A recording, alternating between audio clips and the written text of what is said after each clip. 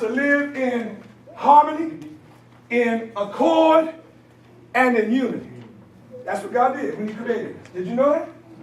God didn't create us to have this division that currently exists with us. God's intentions were for us to live in harmony, unity, and in accord. But sin disrupted it all.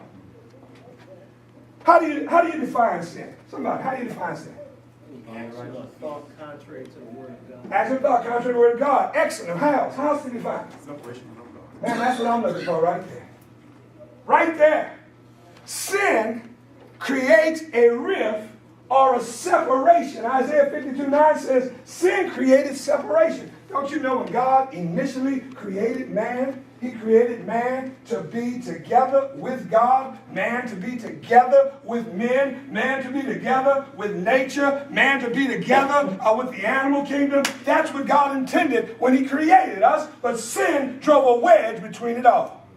Adam and Eve in the Garden of Eden experienced what we call face-to-face communication with God. They could walk with God and talk to God and spend time with God. They could hang out with God in the cool of the day. They could hang out with God in the evening. They could hang out with God all night long. They could spend time with God like you and I are spending time with each other. That's how God intended the vertical relationship to be. He wanted us to be in His presence and and we in His presence. Yeah. That was His intention. Yeah. And then came sin. What you doing up in the what happened when sin came? And what does Adam say? That woman? She's always blaming somebody else, some other human being. Suddenly now there's a rift between man and man. God never intended for there to be racism. God never intended for there to be sexism. All right. God never intended for there to be generationalism. That's right. All those things that separate men from men were separated because of what neighborhoods we come in. We're separated, some of us, because of what fraternity we belong to. We're separated because of our religious beliefs and practices. And some, even in the realm of Christianity, are separated based on denomination. All right. Man has been separated from man because of sin. But not only separation from God and separation from man, vertically, horizontally, man separated from the animal kingdom. Remember when God created those animals? Yeah. They came by Adam one by one. He named them all. He wasn't afraid of them. They weren't afraid of Him. Animals submitted to man.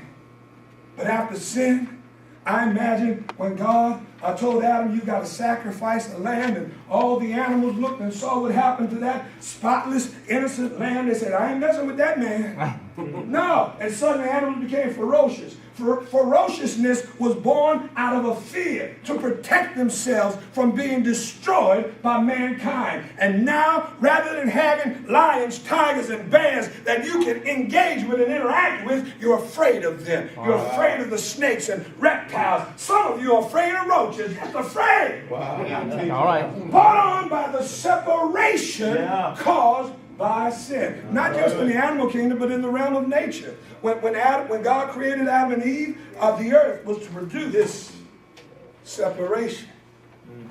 Did you not know that when God first created the world, precious stones and gems just laid across the face of the earth? Come on. You can just see them and pick them up at will, but after sin, they became buried in the ground. You had to dig and excavate to find the precious gems of the earth. Separation brought on by sin.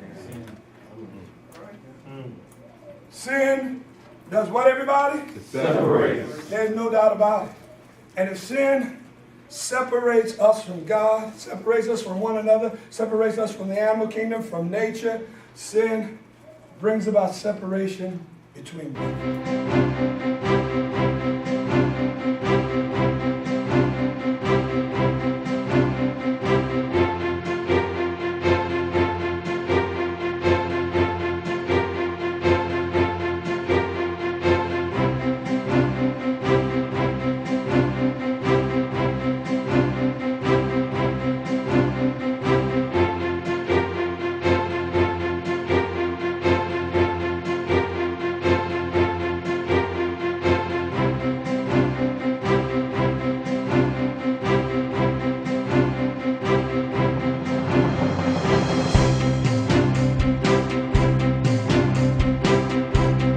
You can do it. Oh yes you can.